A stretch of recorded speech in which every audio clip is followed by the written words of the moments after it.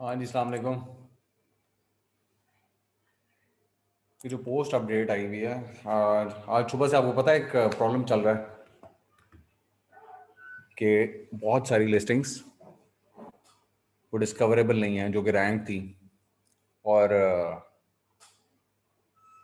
लोग पैनिक कर रहे हैं ऑब्वियसली।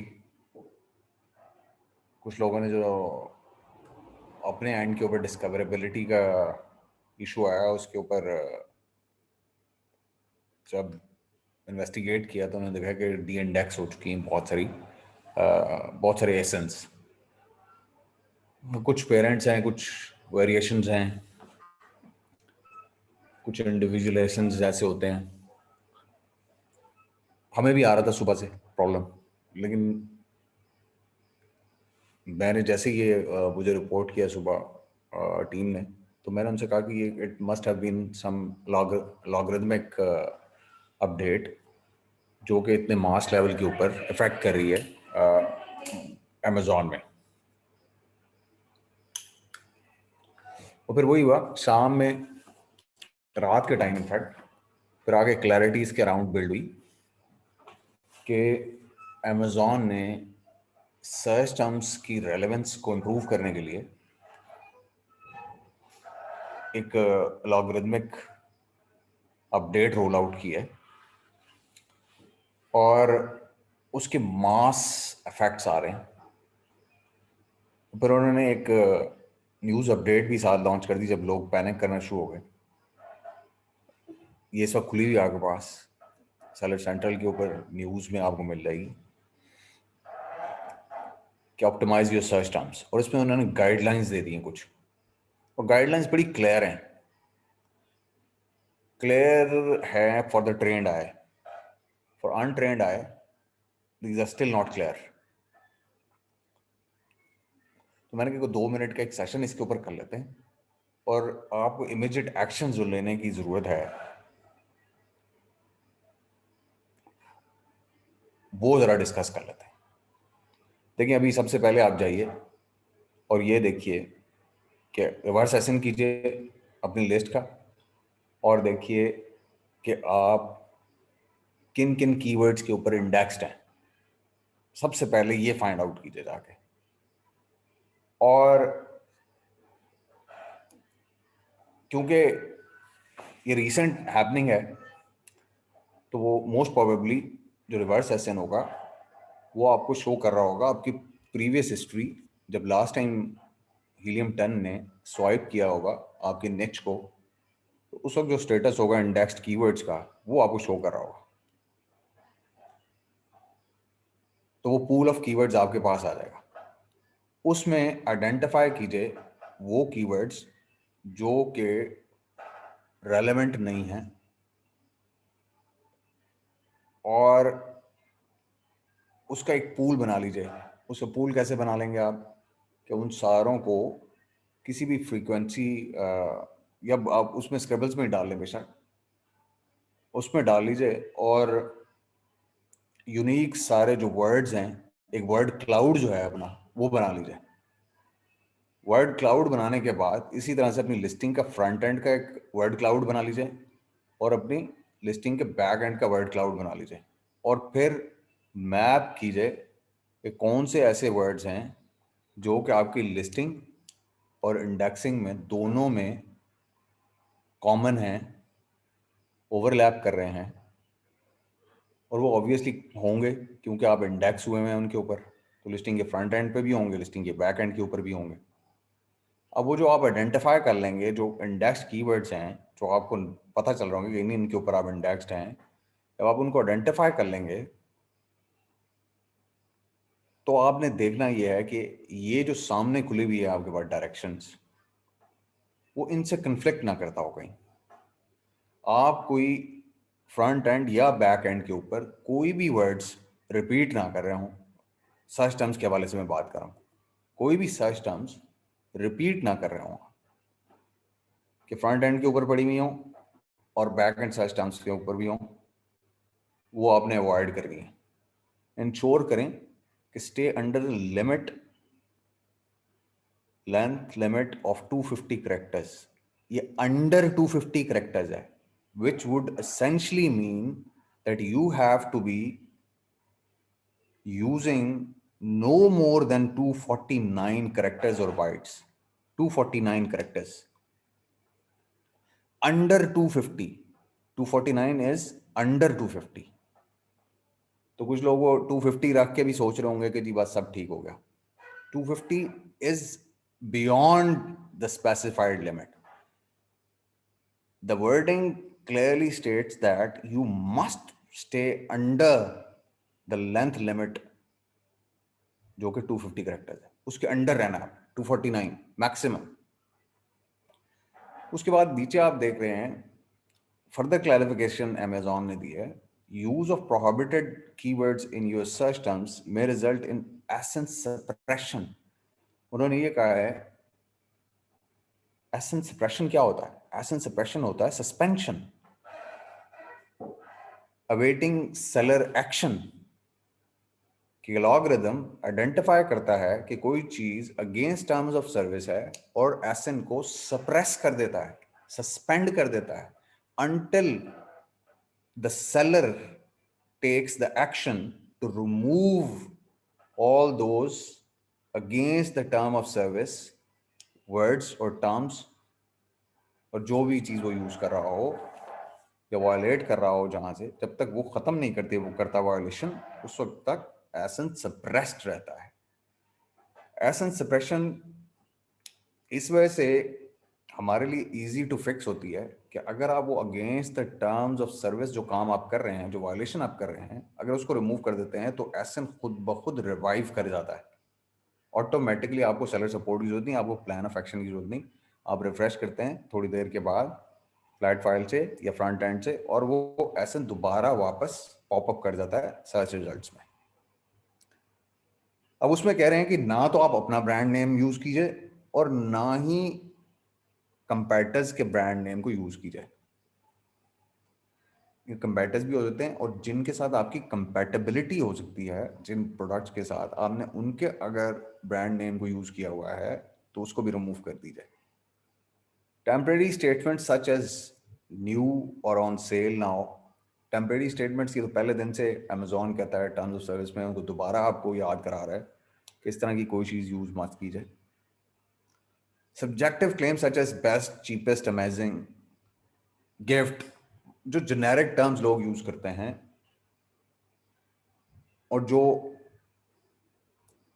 कोशिश करते हैं कि डिस्कवरेबिलिटी आपकी इंप्रूव हो जाए उन सर्च टर्म्स को बीच में डालने से, उन सारों से गुरेज करें. हमने क्या किया है, हमने अभी सारी लिस्टिंग्स अपनी, जो यानी कि हमारे क्लाइंट्स की लिस्टिंग्स थी और मेरी भी कोई एक दो लिस्टिंग्स थी, उसके अंदर जहां कहीं हमें कोई बहुत थोड़ा बहुत कोई शक भी था, जहां पे हमने क्या किया कि उसको we have contained everything in full 100% compliance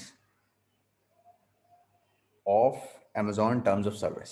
उसमें ये सारी चीजें हमने खत्म कर दी. और क्या हुआ उसमें, हमारी जो लिस्ट हैं कुछ उसमें से रिवाइव हो गई हैं, कुछ अभी हम अवेट कर रहे हैं कि वो रिवाइव हो जाएंगी.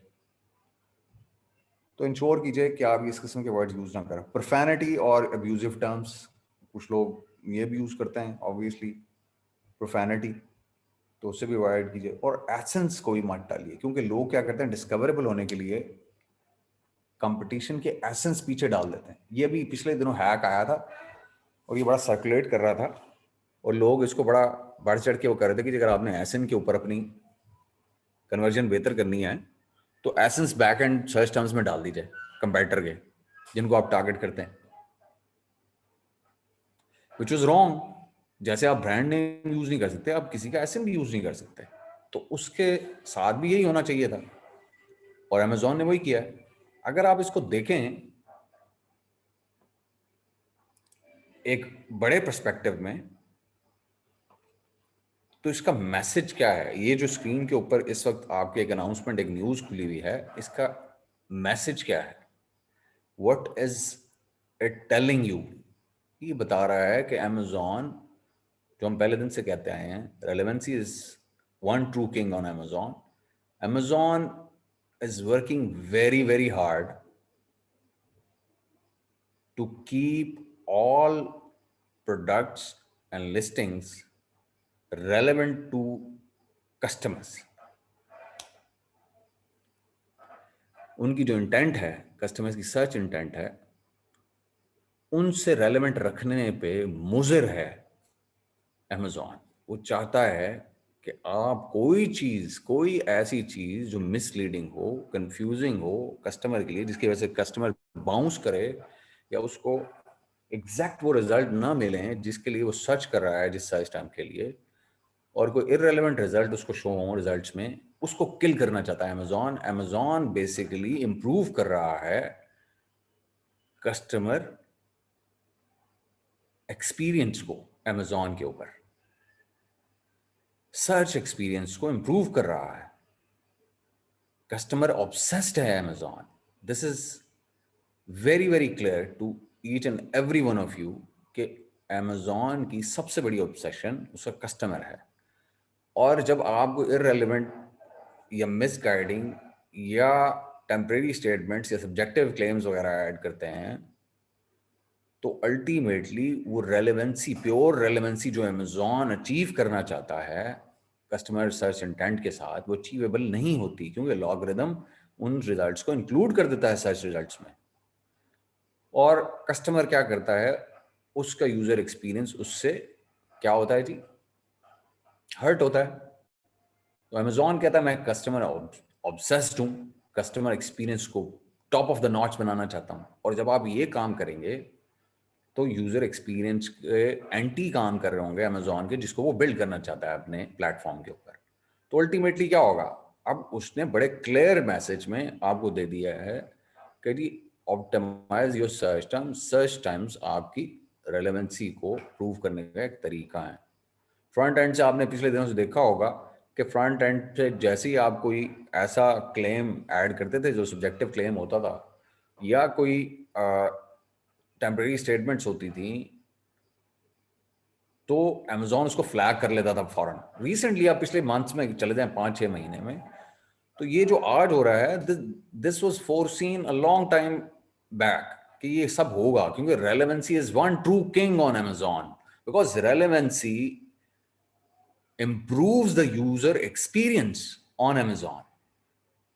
और यूजर एक्सपीरियंस या कस्टमर एक्सपीरियंस जो है वो it is directly in line with the Amazon's customer obsession. तो अगर आप उसके एंटी काम करेंगे तो फिर ऐसा तो होगा कि Amazon पहले प्यार से आपको बातों से समझाएगा, सिग्नल्स भेजेगा, जब आप नहीं करेंगे तो फिर वो आपकी एसेंस को स्प्रेस करेगा।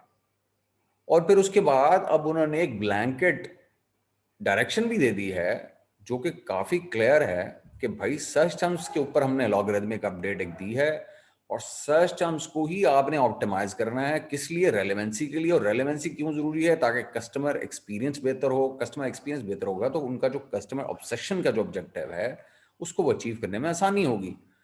ओवरऑल कस्टमर एक्सपीरियंस वेबसाइट का, यानी कि रिटेल प्लेटफॉर्म अमेज़ॉन का, इंप्रूव हो जाएगा ड्रास्टिकली जैसे ही आप ये सारे काम करेंगे। हम सारे सेलर्स ये सारे काम करेंगे। तो without wasting any time you should do this what is being expected of you. सबसे पहले तो आप ये काम करें और चीजें क्लियरली अंडरस्टैंड करेंगे आप ये कर क्यों रहे हैं, या अमेज़ॉन क्यों करवा रहा है आपसे। वो करवा रहा है रेलेवेंसी को इंप्रूव करने के लिए, और रेलेवेंसी अल्टीमेटली यूजर एक्सपीरियंस या कस्टमर एक्सपीरियंस को इंप्रूव करेगी, और उससे कस्टमर ऑब्सेशन का जो उसका टॉप ऑफ द लाइन जो गोल है अमेज़ॉन का, वो अचीव करने में उसको मदद मिलेगी। तो प्लीज डू दिस और पैनिक मत कीजिए और तसल्ली रखिए। ये खुद ब खुद हालात बेहतर होना शुरू हो जाएंगे। देखें, आप जब अपडेट करेंगे, फ्लैट फाइल से करें या फ्रंट एंड से करें, आप क्यू में चले जाएंगे। इस वक्त मिलियंस नहीं तो hundreds of thousands of sellers हैं जो ये काम कर रहे होंगे जो आप कर रहे हैं, तो आप क्यू में जाएंगे। क्यू फौरी तौर के ऊपर इफेक्ट नहीं लेगी।